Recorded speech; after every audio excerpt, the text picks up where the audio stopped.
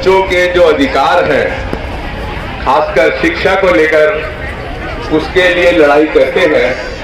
और आप भी हमारी बहनों को, माताओं को, बेटियों को और बच्चों का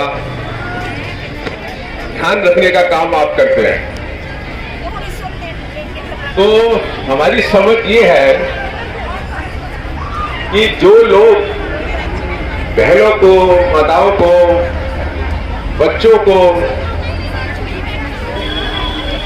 ध्यान रखते हैं, उनके डेवलपमेंट के लिए काम करते हैं, उनके जीवन के लिए काम करते हैं, सरकार को उनके लिए, उनके काम के जो भी कंडीशंस हैं, उनकी तरफ ध्यान देना चाहिए। मैं तो ये समझता हूं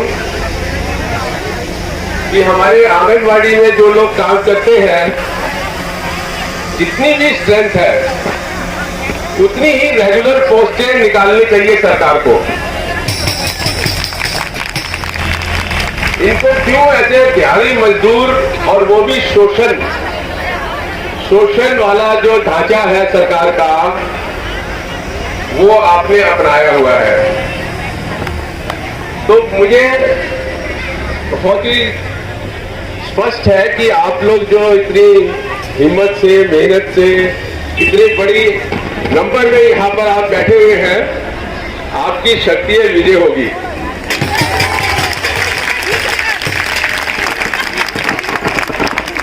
देखिए, मैं आपको इस दिल्ली सरकार, या दूसरे शब्दों में कहें कि केजरीवाल सरकार, जो मेरा अनुभव हुआ है इस सरकार से, वो ये है कि ये दमनकारी सरकार है। इनको जो एम्प्लॉइज होते हैं, जो कर्मचारी होते हैं, जो मजदूर होते हैं, उनके बारे में इनको कोई चिंता नहीं है और शोषणकारी नीतियों को अपनाते हैं ये। अगर आप देख लो, मतलब आप लोगों के साथ तो जो अन्याय हो रहा है वो तो हो ही रहा है, लेकिन अगर आप देखेंगे कि दिल्ली में जो मिनिमम वेज है आज, वो लगभग 16,000 रुपए है अनस्किल्ड वर्कर का, ठीक है। लेकिन आज फैक्ट्रियों के अंदर या दूसरे एस्टेब्लिशमेंट्स के अंदर जो मजदूर काम कर रहे हैं, उनको क्या तनख्वाह मिल रही है? 60 लाख ऐसे कर्मचारी हैं दिल्ली के अंदर जिनको मिनिमम वेज मिलना चाहिए, मिनिमम वेज नहीं मिल रहा है। आदमी अगर काम करता फैक्ट्री में तो लगभग 6,000 रुपए मिलते हैं उसको महीने में औसतन। औरत काम करती है तो 5,000 औसतन मिलते हैं, और मिनिमम वेज है आपका एक महीने का 16,000। तो आपने वाहवाही तो ले ली मिनिमम वेज बढ़ाकर, लेकिन एक कदम भी इस डायरेक्शन में आपने नहीं लिया कि उन मजदूरों का जिनका मिनिमम वेज बढ़ा रहे हैं, उनको मिनिमम वेज मिल तो जाए। तो ये बहुत बड़ा शर्म की बात है।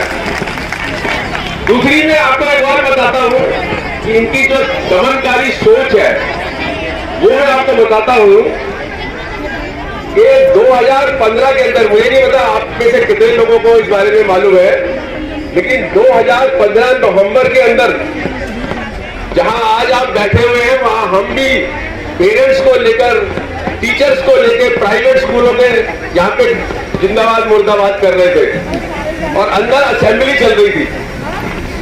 असेंबली में केजरीवाल सरकार ने हम लोगों के विरोध के बाद भी एक कानून पास किया, और वो कानून क्या था कि जो प्राइवेट स्कूलों के अंदर टीचर्स और जो दूसरे कर्मचारी काम करते थे, उनको जो दिल्ली स्कूल एजुकेशन एक्ट है 1973 का, तो 40 साल से भी पुराना कानून था, जिसके अंदर ये था कि उनको पे कमीशन मिलेगा।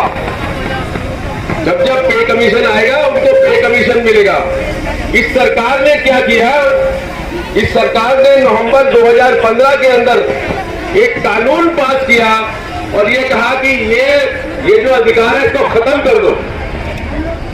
मतलब मजदूर या कर्मचारी कोई भी अधिकार लेते हैं तो कोई ऐसे थोड़ी कि प्लेट में आ जाता है, वो बहुत संघर्ष करना पड़ता है। आज आप देखिए ना, आप लोग हजारों की तादाद के अंदर यहाँ पर, इतनी सर्दी है, इतनी अभी बरसात भी हो रही थी साथ में, आज ये त्योहार भी चल रहा है, उसके अंदर भी आप डटे हुए हैं। किस लिए डटे हुए हैं कि हमारी सैलरी बढ़ाओ, हमारी सैलरी को एक डिग्निफाइड सैलरी बनाओ, एक सभ्य व्यक्ति को जो सैलरी मिलनी चाहिए वो आप हमें दीजिए। आप काम तो हमसे हर तरीके के ले लेते हैं। कोविड के अंदर भी मैं जानता हूँ किस तरीके से आप लोगों ने बढ़ चढ़ के अपनी जिंदगी को हाथ हथेली में रखकर अपनी फैमिली को टोटली नजरअंदाज कर कर लोगों की सेवा करी। लेकिन क्या फर्क पड़ा इस सरकार को? तो आप देखिए कि उस कानून से, जो कानून उन्होंने पास किया है, नहीं किया, कानून जो पास किया, प्राइवेट स्कूलों में लगभग 2 लाख कर्मचारियों का जो पे कमीशन का सैलरी मिलना चाहिए था वो खत्म कर दिया। उनको उन्होंने एक तरीके से डोमेस्टिक सर्वेंट बना दिया, घर में घरेलू काम करती है ना, उस तरीके से कर दिया, और आज तक उस कानून को वापस नहीं लिया इन्होंने। तो इनकी समझ जो है वो मजदूर विरोधी समझ है, बिल्कुल स्पष्ट है, इसमें कोई डाउट नहीं है। और उसका इलाज यही है कि जैसे आप आंदोलन कर रहे हैं, दबाव बना रहे हैं, आज आपको पूरा देश देख रहा है, जगह जगह इलेक्शन हो रहे हैं, वो भी देख रहे हैं कि केजरीवाल जगह जगह जाकर ये कह रहे हैं कि दिल्ली में हमने ये कर दिया, दिल्ली में हमने ये कर दिया, दिल्ली में हमने ये कर दिया। और आप लोग अपना कोई रिश्तेदार है तो दिल्ली में फोन करके पूछो और उससे पूछो कि भाई देखो आप संतुष्ट हैं? अगर मैं आपको फोन करूं और आपसे मैं पूछूं कि क्या आप केजरीवाल सरकार के कामों से संतुष्ट हैं, तो क्या कहेंगे आप? तो मुझे लगता है ये जवाब, जहां जहां भी इलेक्शन हो रहे हैं, जहां जहां भी ये झूठ का प्रोपेगेंडा कर रहे हैं, मुझे लगता है कि वो लोग इस बात को सुने कि दिल्ली में कोई डेवलपमेंट नहीं हुआ, 2 साल से तो स्कूल बंद कर रखे हैं। अगर अस्पताल अच्छे होते तो इतने लोग कोविड में क्यों मर जाते? आज भी कैंसर के पेशेंट, हार्ट पेशेंट, दूसरे तरीके के पेशेंट्स को इलाज नहीं मिल रहा है, मर रहे हैं। कुत्ते का टीका तो लगता नहीं इनसे। हाँ, ये बात भी ठीक है। मेरे पास कितनी बार केस आए हैं कि कुत्ते ने काट लिया किसी बच्चे को, उसके माता पिता उसको कम से कम 10 सरकारी अस्पतालों में ले गए और उन्होंने कहा नहीं हमारे यहाँ तो कुत्ते काटने की दवाई नहीं है, इंजेक्शन नहीं ले सकता। हाँ, और भी मेरे को बता रहे हैं कि एक हेल्पर की भी इसी तरीके से डेथ हुई है। तो ये कहा, ये बोलते हैं हम अच्छे स्कूल बनाएंगे, टीचर आधे टीचर अपॉइंटेड नहीं है, आधी पोस्टें खाली पड़ी हुई है आज। अस्पतालों की बुरी हालत है। एक वो कैंसर का अस्पताल है, वो तो काम ही नहीं करता है इनका, सारे डॉक्टर भाग गए हैं वहां से। तो क्या इनकी स्वास्थ्य व्यवस्था है, क्या शिक्षा व्यवस्था है, मजदूरों के प्रति आपका क्या व्यवहार है? एक एक दिन में कई 100 करोड़ रुपए जो फैक्ट्री के मालिक है ना, उनको फायदा होता है, क्योंकि जब 16,000 अगर आपको तनख्वाह देनी है और आप सिर्फ 6,000 देंगे तो आप समझो एक एक आदमी के ऊपर कितना मुनाफा होता है एक मालिक को। वो सारा कौन खा रहा? ये करप्शन नहीं है तो क्या है?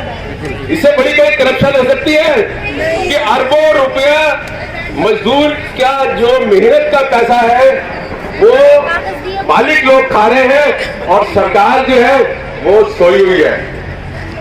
ऐसे तो नहीं चलता ना। सर आम आदमी तो यहाँ पे, खास आदमी गोवा में है। हाँ, देखिए आम आदमी जो है सड़क पे बैठा हुआ है, हाय कर रहा है, अपनी तकलीफों को बचा रहा है, घर के बच्चों को, घर के लोगों को छोड़ा हुआ है, और जो खास आदमी है वो गोवा में है और वो कहते हैं हम आम आदमी है। देखो इससे बड़ा झूठ क्या हो सकता है? मेरे से पूछो तो मैं आपको ये कहना चाहूंगा कि अगर हिंदुस्तान में सबसे बड़ा झूठा नेता कोई है तो वो हमारा अरविंद केजरीवाल है, और उसके जो ग्रुप के लोग हैं वो भी साथ में उसके हैं। तो मैं आपको फिर से एक बार मुबारकबाद भी देता हूँ, और फिर से मैं ये कहता हूँ कि मैं पूरी तरीके से आप लोगों के साथ हूँ, और आपकी इस लड़ाई का मैं पूरी तरीके से समर्थन करता हूँ। और मैं तो ये डिमांड करता हूँ कि आप लोगों को रेगुलर भर्ती किया जाए, और पे स्केल वगैरह पूरा दिया जाए। अगर हम संविधान की बात करें, देश के संविधान की बात करें, तो आर्टिकल 21 है, राइट टू लाइफ जिसको बोलते हैं, उसके अंदर लिखा हुआ है कि हर आदमी का अधिकार है डिग्निफाइड लाइफ लीड करने का, एक इज्जत से जीने का हर एक का अधिकार है। और यहाँ तो आप सरकारी काम कर रहे हैं, यहाँ तो प्राइवेट फैक्ट्री में थोड़ी है। और सरकार को हमेशा ये माना गया है कि वो मॉडल एम्प्लॉयर है, मॉडल आदर्श।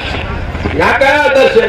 लोग भूखे मर रहे हैं, लोगों को छोटी छोटी तनख्वाह पे आप शोषण कर रहे हैं, ये शोषण है। 2 महीने बाद आती है। हाँ, तनख्वाह भी टाइम से नहीं मिलती है, तो ये शोषण है, पूरा शोषण है और दमन है, और ये सरकारी दमन है, सरकारी शोषण है, जिसको हमें हर तरीके से जो है जिसको कंडेम करना चाहिए। और मैं यहाँ पे उसको कंडेम करता हूँ, और फिर एक बार आपको यह सैल्यूट करता हूँ और कहता हूँ कि मैं आपके साथ हूँ, आप डटे रहो, अंत में आपकी जीत होगी। Thank you. जोरदार नारे से इंकलाब जिंदाबाद, लड़ेंगे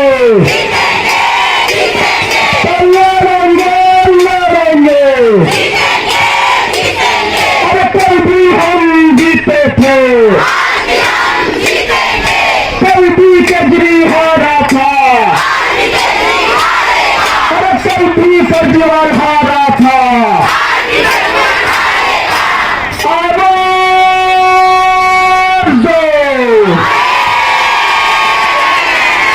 आवाज दो।